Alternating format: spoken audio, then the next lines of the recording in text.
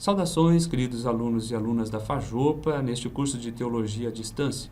Sou o Padre Sidney Rigobello, presbítero da Diocese de Linz. Já acompanhei alguns de vocês como tutor em disciplinas passadas e agora vos acompanho dentro da equipe mediacional como professor responsável nessa disciplina durante os estudos semanais. Estamos, então, iniciando o quarto bimestre do nosso curso. E hoje começamos essa disciplina da Teologia da Revelação, ou, também como é conhecida, Teologia Fundamental, embora no primeiro bimestre já devem ter cursado uma disciplina com esse título, já cursaram, uma disciplina com este título. Ali, ela servia como uma introdução à teologia. Agora, trata-se do tratado que estuda o tema da revelação divina, e por isso é qualificada como fundamental, pois pretende-se, a partir dela, fazer uma reflexão crítica e sistemática sobre a realidade de um Deus que se comunica com a humanidade, um Deus que se revela a si mesmo e também revela os seus desígnios salvíficos. Isso tudo da parte de Deus. Por outro lado, da parte humana, espera-se a resposta de fé nesta revelação. Essa resposta podemos constatar nos diferentes momentos da história da assim chamada e conhecida História da Salvação. Então, esta primeira unidade é uma introdução à disciplina, onde apresentamos os principais traços que a caracterizam e nos permitem, de certa forma, defini-la, bem como apresentamos também alguns conceitos imprescindíveis para a nossa compreensão da revelação e também da teologia em si. Vamos passar então à etimologia da palavra revelação. Então, esta palavra, revelação, vem do substantivo grego apocalipsis e do verbo apocalipte. Em latim temos, então, o substantivo revelatio e o verbo revelare, que significa revelar, desvelar, tirar o véu, tornar claro e manifesto aquilo que era escuro. No material didático, da unidade 1, apresentamos algumas definições de revelação e seus temas ou conceitos teológicos correlatos. Como poderão ver, a maioria delas é extraída da Constituição Dogmática Dei Verbo sobre a revelação divina, um dos documentos mais importantes do Concílio Vaticano II e que, pelo título, ou seja, sobre a revelação divina, podemos então deduzir a importância deste documento, desta Constituição, para a nossa disciplina. No número 2, então, vamos ler. Aprove a Deus, em sua bondade e sabedoria, revelar-se a si mesmo e tornar conhecido o mistério de sua vontade, pelo qual os homens, por intermédio de Cristo, Verbo feito carne, no Espírito Santo, têm acesso ao Pai e se tornam participantes da natureza divina. Os Santos Padres, então, também nos ajudam a compreender do que a revelação ou teologia da revelação trata. Então, nós vamos ler o que Santo Irineu também disse sobre a revelação. E Santo Irineu disse que o Verbo de Deus habitou no homem e fez-se filho do homem para acostumar o homem a aprender a Deus e acostumar Deus a habitar no homem, segundo o beneplácito do Pai. Também nas Sagradas Escrituras nós vamos encontrar textos que nos ajudam a compreender o que é revelação. Aprofundando, a teologia da revelação é a porta da teologia dogmática. Ela definirá a nossa fé tanto cristã como católica. A revelação divina é então processual. Isso é importante termos claro desde o começo. Ela é feita em etapas. E a cada nível da revelação corresponde a um conhecimento cada vez mais profundo de Deus.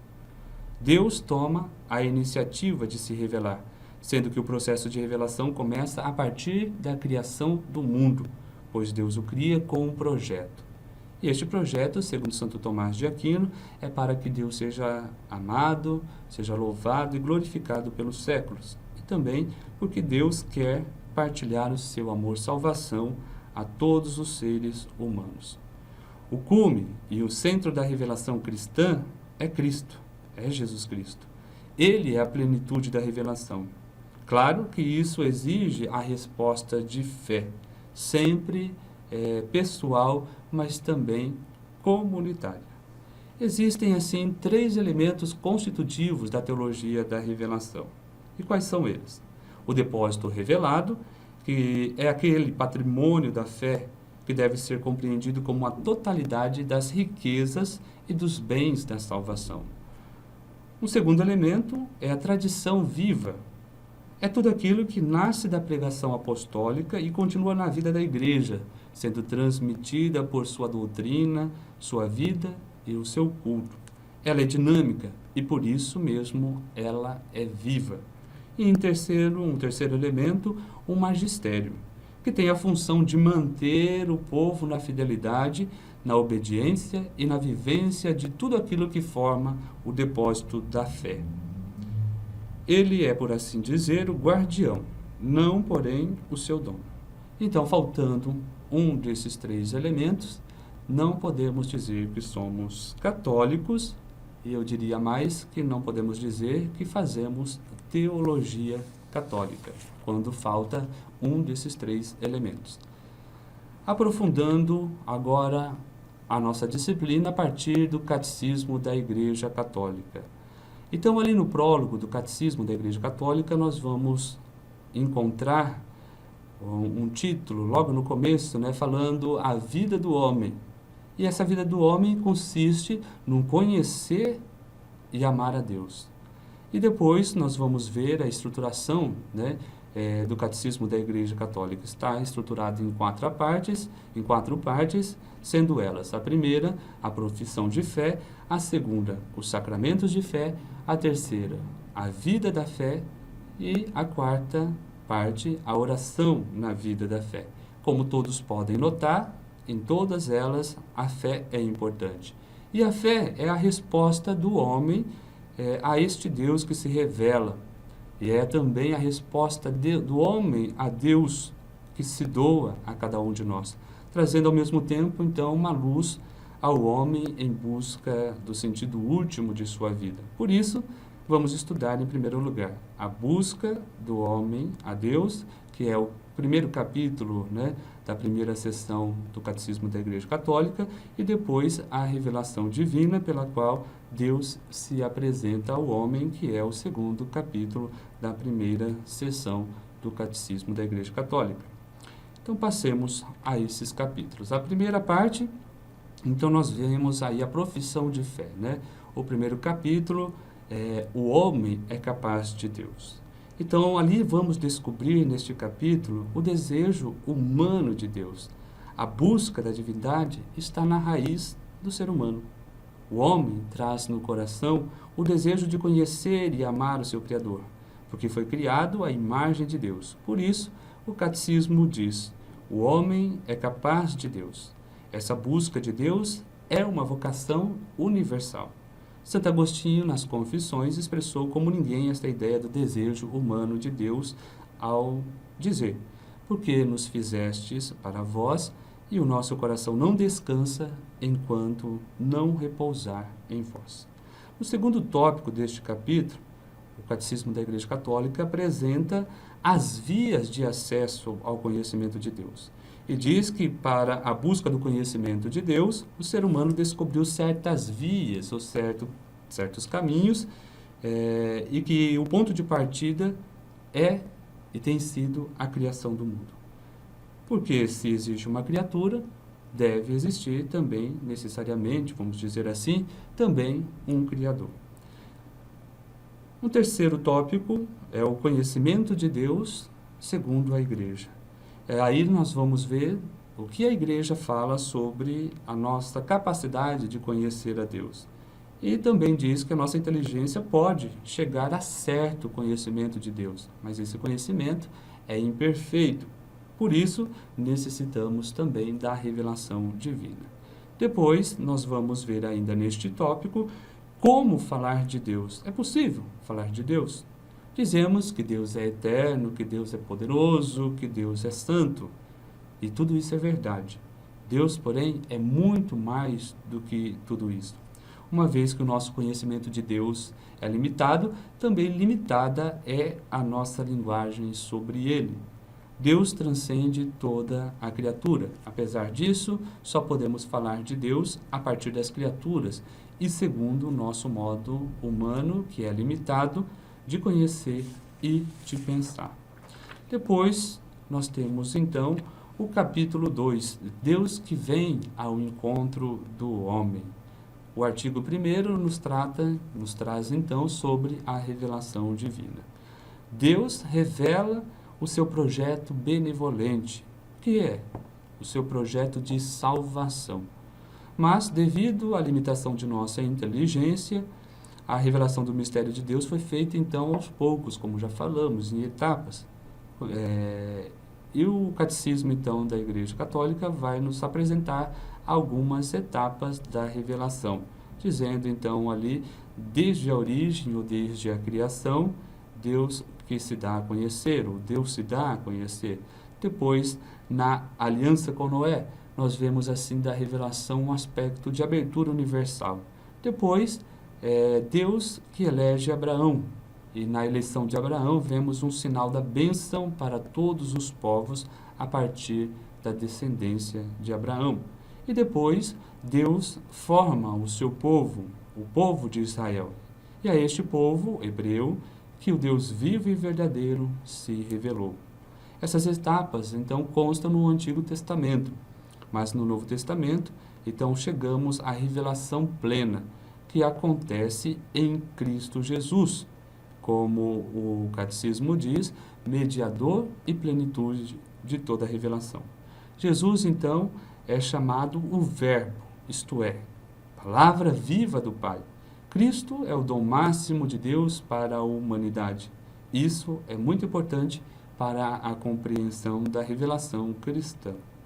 Tudo de Deus foi revelado em Jesus Cristo. Tudo de Deus foi revelado em Jesus Cristo. Portanto, não haverá outra revelação pública antes da sua manifestação gloriosa no final dos tempos. Então, a nossa geração, a minha geração, a sua geração, deve fazer a experiência com Deus, ou experiência de Deus, em Jesus Cristo, tal como fizeram as primeiras comunidades cristãs, e devemos fazê-lo com a máxima profundidade. Depois, o segundo artigo deste capítulo nos fala sobre a transmissão da revelação divina. Lá em 1 Timóteo 2,4, nós vamos ler: Deus quer que todos os homens sejam salvos e cheguem ao conhecimento da verdade. Essa verdade é Jesus Cristo. Ele quem disse, eu sou o caminho, a verdade e a vida. Ninguém vai ao Pai senão por mim. Ou também lá em João, capítulo 14, versículo 6. Portanto, para que a revelação e a salvação cheguem a todos os povos, Jesus precisa ser anunciado em todo o mundo. E desta necessidade de anúncio, e obedecendo ao próprio mandato de Jesus Cristo, então surge a tradição apostólica. E o que é a tradição apostólica, né? O que vem a ser a tradição apostólica? Podemos dizer que é todo o conteúdo da pregação apostólica, ou seja, o Evangelho, transmitido de forma oral e escrita. Mas é também toda a pregação continuada na sucessão apostólica, que configura aquilo que chamamos de tradição. Vamos colocar aqui tradição com T maiúsculo, que se distingue então da Sagrada Escritura. Ela se distingue, mas elas estão também conectadas entre si. Então, depois nós vamos ver sobre a relação entre tradição e Sagrada Escritura. A Sagrada Escritura e a tradição estão intimamente ligadas entre si, pois procedem da mesma fonte e caminham para a mesma finalidade. Elas tornam presente à igreja, né, o mistério de Cristo, o qual prometeu estar com ela até os últimos dias, até o fim do mundo, conforme Mateus 28, versículo 20. Assim, tradição e escritura formam um só e único depósito da fé. Depois nós vamos ver aí neste artigo sobre a interpretação do depósito da fé. Primeira coisa, a quem é confiado este depósito da fé? O depósito da fé é confiado à totalidade da igreja, ou seja, é confiado a todos nós. Depois vamos ver então o papel do magistério, dentro desta interpretação do depósito da fé. O magistério da igreja, como já dissemos, não é o dono do depósito. A sua missão é viver e também se alimentar da tradição, mas também enriquecê-la e, acima de tudo, transmiti-la às novas gerações. O magistério também tem toda a autoridade para definir os dogmas, ou propor os dogmas, como nós podemos ver neste artigo também. O magistério reconhece também a existência de um senso sobrenatural da fé, que se expressa em consensos universais sobre questões de fé e de costumes. E também reconhece que existe um crescimento na compreensão da fé, graças à assistência do Espírito Santo, que não deixa de atuar na igreja. No terceiro artigo deste segundo capítulo, nós vamos ver o catecismo tratar sobre o tema da Sagrada Escritura. Ou melhor, trata da importância e da relevância da Sagrada Escritura para a compreensão da revelação divina. Começa dizendo, do ponto de vista cristão, que Cristo é a palavra única da Sagrada Escritura.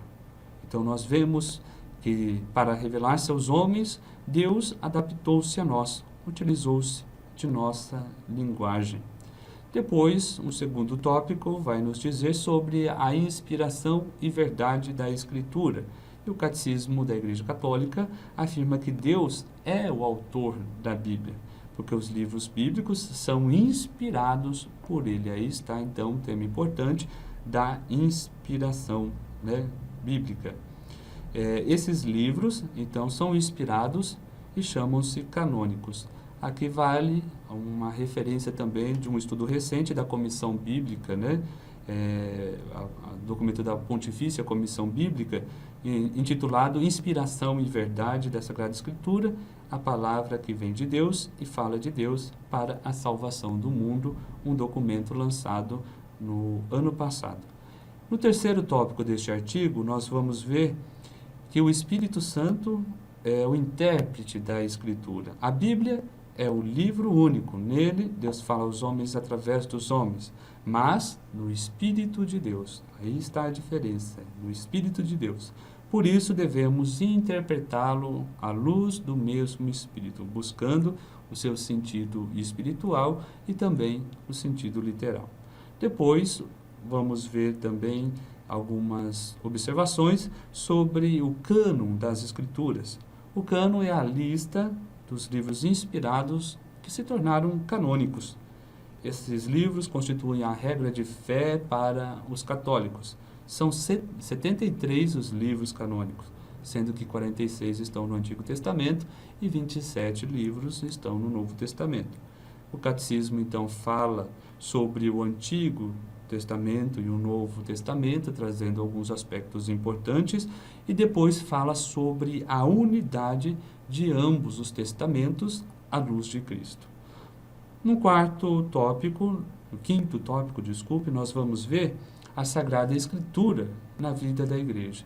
Aí o catecismo vai ressaltar a importância da fundamentação bíblica nas pregações, na catequese, na liturgia e nas atividades pastorais. Por isso, a igreja tem constantemente recomendado a leitura da Bíblia, pois, como diz São Jerônimo, ignorar as Escrituras é ignorar também o próprio Cristo. Depois deste breve resumo sobre o Catecismo Católico e o que ele fala sobre revelação, nós vamos encontrar aí alguns adendos no nosso material didático desta primeira unidade, nesta primeira semana.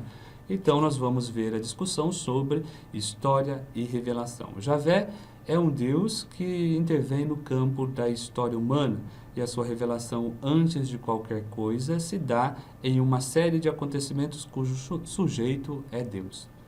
Tanto no Antigo como no Novo Testamento, este Deus é um Deus que se manifesta pelas suas obras realizadas. No Antigo Testamento, nos deparamos com as tantas maravilhas de Deus realizadas em favor de seu povo.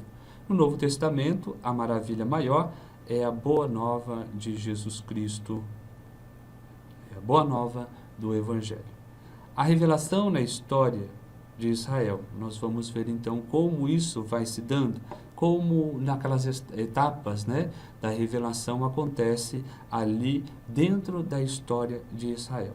Depois, nesse texto que vocês podem acompanhar da apostila, nós vamos ver que a salvação realiza-se numa história temporal, seguido de uma sucessão de acontecimentos em torno dos planos divinos. Assim, entendemos que a história é o lugar da revelação divina. Informação muito importante. A história é para nós cristãos o lugar da revelação divina. Deus não fez tudo de uma vez. Ele interveio em momentos oportunos e escolhidos. A história da salvação se dá em seu tempo próprio, ou seja, no tempo divino, que é o Kairos. Deus se revela ao seu povo de uma maneira que responde ao seu apelo. Portanto, a revelação acontece num tempo localizável dentro de um acontecimento concreto. Depois, um sexto tópico, nós vamos ver também alguns dados sobre a fundamentação da revelação, no sentido de darmos razão da nossa fé, no sentido de darmos razão da nossa esperança. É possível falar de revelação? Quais são os fundamentos? Seriam essas as perguntas que nós vamos ver nesta última parte do material didático, falando então sobre a preocupação e as críticas, né, do modernismo, depois a abertura do homem para Deus e falando aí da coexistência, ou seja, nós seres humanos, a nossa existência humana é essencialmente coexistência. Não podemos pensar no ser humano sem nos entendermos na relação com o outro, ou sem incluir o outro, né, e o mundo natural de sua consciência. Temos que pensar o homem no aspecto da condição pessoal, que significa que o homem se possui a si mesmo, né, se identifica no ato de abertura aos demais. Fechar-se radicalmente em si equivale, então, a autodestruir-se. O ser humano, auto-entendendo-se, pode ter a experiência de Deus. No terceiro tópico, nós vamos ver a experiência natural de Deus como ponto de apoio para a revelação sobrenatural. Interessante vocês lerem com atenção o que a apostila fala sobre revelação sobrenatural. Por fim, o quarto elemento deste adendo, nós vamos ver sobre o divino e o humano na revelação divina. Muito importante. A revelação sempre tem esses dois aspectos, né? O lado de Deus e o lado humano. A proposta de Deus que se auto-revela aos seres humanos e a resposta de fé dos homens para com este Deus que se revela. Então, a revelação divina constitui sempre essa síntese de iniciativa de Deus e de resposta humana. Revelação que não provocasse resposta no homem seria um chamado no vazio, seria, portanto, absurda e, consequentemente, antidivina. Na revelação mostra-se ao homem algo sobre Deus. Se não houvesse alguém a quem se mostrasse algo, o ato de mostrar seria um jogo vazio, nós vamos ler na nossa apostila. Assim, o conteúdo da revelação divina, apesar de sua imutabilidade objetiva, admite e requer tradução, não só para outra gramática ou vocabulário, mas também para outros modos e formas de pensamento, e para que ela seja compreendida pelas novas gerações. Então, é uma pequena introdução, uma explanação daquilo que nós vamos ver na nossa apostila ou no material didático desta primeira unidade. Eu deixaria, assim, como leitura complementar para um maior aprofundamento, já que nós apresentamos simplesmente um resumo do que o Catecismo da Igreja Católica diz sobre revelação. Então, peguem no Catecismo de vocês e façam essa leitura no Catecismo, né? No prólogo, os números 1 a 3, e na primeira parte, compreendendo aí o primeiro e segundo capítulo da primeira sessão que nós apresentamos o resumo, os números 26 a 140. Bons estudos a todos e nos encontramos nos fóruns de dúvidas e de debates.